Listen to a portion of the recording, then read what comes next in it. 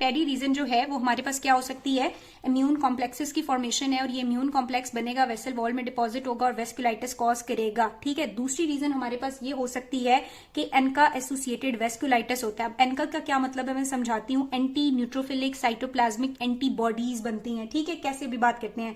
Third में वो कह रहा है कि हमारे पास एंटी एंडोथीलियल एंटीबॉडीज बनेगी, एंडोथीलियल के अगेंस्ट एंटीबॉडी बनेगी और वो एंडोथीलियम को जाके डैमेज और डिस्ट्रॉय करेगी और वहां पे वेस्कुलाइटिस कॉज करेगी। या फिर ऑटो रिएक्टिव टी सेल्स हो सकते हैं और ये ऑटो रिएक्टिव टी सेल्स जो हैं टी सेल मेडिएटेड इम्यूनिटी के थ्रू वेस्कुलाइटिस कॉज करेंगे। तो कुछ समझ आ रही है। अब सबसे पहले बात कर लेते हैं कि हमारे पास जो इम्यून कॉम्प्लेक्स मेडिएटेड वेस्कुलाइटिस होगा उसका क्या मतलब है। इम्यून कॉम्प्लेक्स मेडिएटेड वेस्कुलाइटिस का ये मतलब है कि इसके अंदर आपके पास ना बॉडी के अंदर क्या होगा, किसी भी ऑटो इम्यून रीजन की वजह से, जैसे एसएलई आप लोगों ने पढ़ा हुआ है या फिर आर्थस है हमारे पास या फिर सीरम सिकनेस होती है, इन सारे केसेस में क्या है कि बॉडी के किसी प्रोटीन को आपकी बॉडी फॉरेन एजेंट समझते हुए उसके अगेंस्ट क्या बनाना शुरू कर देती है, एंटीबॉडी। सो ये एंटीबॉडी बॉडी की एंटीजन के साथ क्या करती है, कॉम्प्लेक्स बनाती है और ये कॉम्प्लेक्स जाएगा और वेसल वॉल्स में डिपॉजिट होगा और वेसल वॉल में जब ये एंटीजन एंटीबॉडी कॉम्प्लेक्स डिपॉजिट होगा तो ये वेसल वॉल को क्या करेगा, डैमेज करेगा। ठीक है,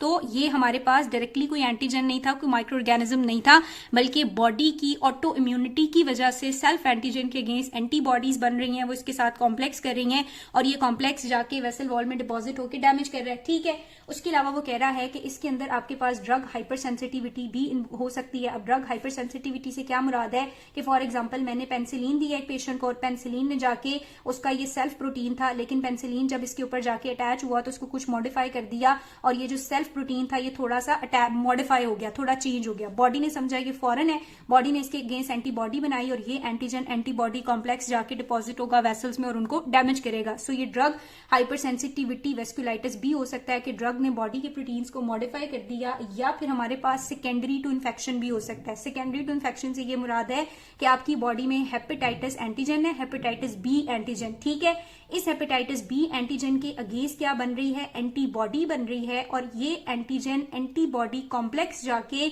वेसल वॉल में डिपॉजिट होगा और उसको डैमेज करेगा। देखो, अगर तो मैं ये कहती ना कि हेपेटाइटिस बी की एंटीजन है और ये एंटीजन गई है वेसल वॉल के अंदर और वहां जाके इसने इन्फ्लेमेशन कॉज की, तो फिर तो ये इन्फेक्शियस था ना। ऐसा नहीं हुआ, बल्कि इसके अगेंस्ट एंटीबॉडी बनी, कॉम्प्लेक्स बना, वो कॉम्प्लेक्स जाके डिपॉजिट हुआ और उसने वहां पे मसला कॉज किया।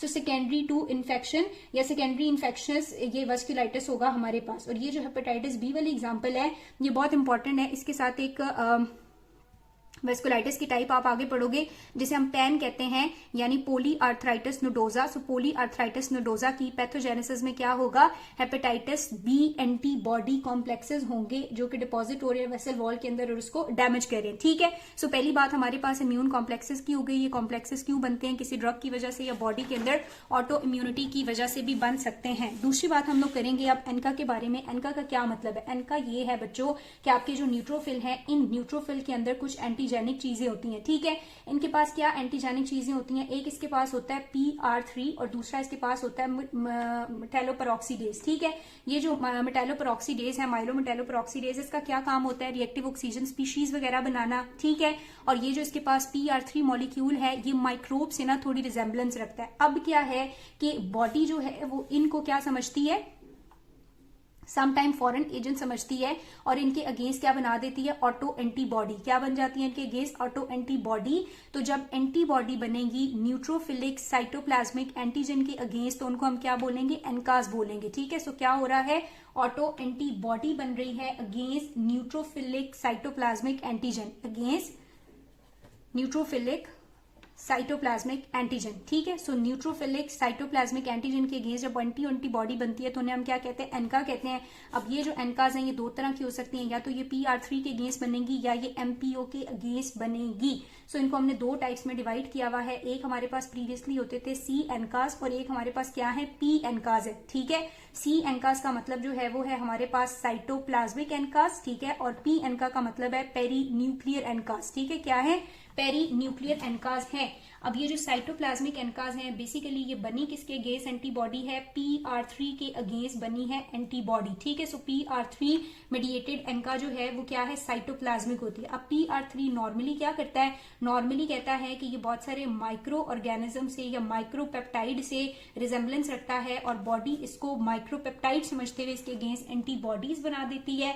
और ये आपके पास कहां पर देखा गया, ये बहुत ज्यादा देखा गया एक आर्थराइटिस में, अभी आगे पढ़ाऊंगी, जिसका नाम है GPA यानी ग्रैन्युलोमेटस विद पोलीएंजाइटिस, ठीक है। सो ग्रैन्युलोमेटस विद पोलीएंजाइटिस वेस्कुलाइटिस की एक टाइप है और उसकी पैथोजेनेसिस क्या होगी कि उस डिजीज में आपके पास PR3 एसोसिएटेड एंकाज बन रहे हैं। PR3 न्यूट्रोफिलिक इओजीरोफिलिक ग्रेन्यूल है जो कि नॉर्मली प्रेजेंट होता है और ये माइक्रोबियल होमोलॉजी की वजह से इसके अगेंस्ट समटाइम एंटीबॉडीज बन जाती हैं, ठीक है। दूसरी तरफ हमारे पास क्या है, P एनकाज है जो पेरी न्यूक्लियर एनकाज बनते हैं और ये क्या कहलाते हैं, MPO एनका भी कहलाते हैं, यानी मेटाइलोपेरोक्सीडेज एंटी न्यूक्लियर साइटोप्लाज्मिक एंटीबॉडीज। ये मेटाइलोपेरोक्सीडेज क्या करता है, ये रिएक्टिव ऑक्सीजन स्पीशीज बनाता है। कुछ ड्रग्स जैसे कि प्रोपाइल थायोयूरासिल वगैरह इसको कुछ मॉडिफाई करती हैं और ये एंटीजेनिक इन नेचर हो जाता है। सो इसके अगेंस्ट बॉडी क्या बनाना शुरू कर देती है, एंटीबॉडीज, ठीक है। जब एंटीबॉडीज बनती हैं तो वो MPO एनका कहलाती हैं और MPO एनका कौन कौन से वेस्कुलाइटिस में बनती हैं, जैसे कि ग्रैन्युलोमेटस पोलीएंजाइटिस में P एनकाज हैं। तो ये जो C एनकाज हैं, तो ये जो P एनकाज हैं या MPO एनकाज हैं ये कहाँ पे होती हैं, कौन सी डिजीज में होती हैं, आगे हम पढ़ेंगे।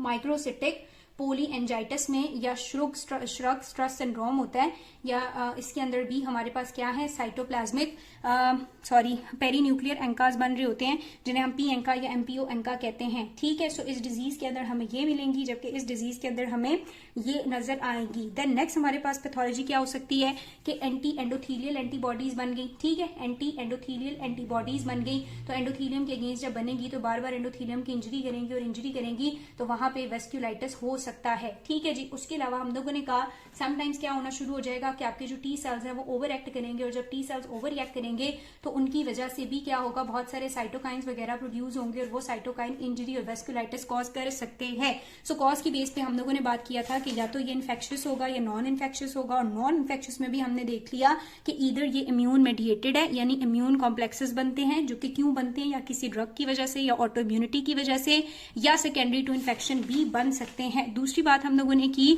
कि एनकाज बन जाते हैं यानी आपकी जो न्यूट्रोफिल है इसके जो इओजीरोफिलिक ग्रेन्यूल्स हैं, मोनोसाइट लाइसोसोम वगैरह या माइलोपेरोक्सीडेसेस हैं या PR3 है, इनके अगेंस्ट सम टाइम एंटीबॉडीज बनना शुरू हो जाती हैं और वो भी बहुत सारे वेस्कुलाइटिस को रिस्पॉन्ड करती हैं। जैसे कि जो C एनकाज हैं ये एसोसिएटेड हैं GPA के साथ और जो हमारे पास P एनकाज हैं ये माइक्रोसिटिक पोलीएंजाइटिस या श्रग स्ट्रस सिंड्रोम में देखी गई हैं। एंटी एंडोथीलियल एंटीबॉडीज और ऑटो रिएक्टिव T सेल्स भी कॉज करते हैं। अब हम लोगों ने स्टार्ट करने हैं इसकी टाइप्स, और टाइप से पहले हम लोग इसको क्लासिफाई करेंगे और क्लासिफिकेशन अब इसकी किसके ऊपर होनी है, डायामीटर की बेस के ऊपर, ठीक है।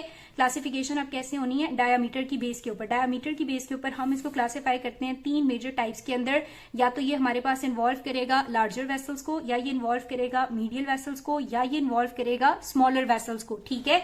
अगर ये लार्जर वेसल्स को इन्वॉल्व करेगा तो इससे आपने याद रखना है GT रोड होती है ना, ठीक है, वो कितनी बड़ी रोड होती है। सो GT जो है वो लार्जर वेसल्स के वेस्कुलाइटिस है, G और T। अब G और T से क्या बनता है, G से हमारे पास बनता है जाइंट सेल आर्टराइटिस, क्या बनता है, जाइंट सेल आर्टराइटिस, और T से बनता है टाकायासु आर्टराइटिस, टाकायासु आर्टराइटिस। अब ये दोनों बहुत इंपॉर्टेंट है, इनके अपने अपने दूसरे नाम भी हैं, जैसे कि G सेल आर्टराइटिस को हम टेम्पोरल आर्टराइटिस भी कहते हैं। टेम्पोरल आर्टराइटिस इसलिए नहीं कहते कि ये सिर्फ टेम्पोरल आर्टरी में पाया जाता है, इसलिए कहते हैं कि सबसे पहले ये टेम्पोरल आर्टरी में डायग्नोज हुआ था, ठीक है। दूसरे नंबर पे हमारे पास आ जाता है टाकासाकु आर्टराइटिस। टाकायासु आर्टराइटिस का जो दूसरा नाम है इसको हम पल्सलेस आर्टराइटिस भी कहते हैं, क्योंकि ये जो एओर्टा होता है, एओर्टिक आर्च होती है, उसकी जो ब्रांचिंग वेसल्स हैं वहां पे थ्रोम्बोसिस और नर्विंग कॉज करता है, जिसकी वजह से पल्स गिर जाती है, ठीक है। सो अगर हम ऐसे पेशेंट की अपर लिम्स की स्पेशली अपर एक्सट्रीमिटीज की पल्स नोट करेंगे तो बहुत ही ज्यादा लेस होती है, सो इसे पल्स लेस आर्टराइटिस भी कहते हैं। अब बात करें अगर मीडियम वेसल्स की, मीडियम वेसल्स वाला जो वेस्कुलाइटिस है वो कौन सा होता है, तो मीडियम वेसल्स के अंदर फर्दर हमारे पास आ जाता है 3 तरह से सॉरी बल्कि दो तरह का होता है मीडियल वेसल्स में भी। पैथोलॉजी की बेस पे भी अगर हम साथ लिख लें तो इसमें एक होगा हमारे पास इम्यून मेडिएटेड, ठीक है, और दूसरा जो है उसमें एंटीबॉडीज बनती हैं एंडोथीलियम के अगेंस्ट, ठीक है। इम्यून मेडिएटेड जो है वो कौन सा होता है, यहाँ पे वो होता है PAN पेन, पोली आर्थराइटिस नोडोजा।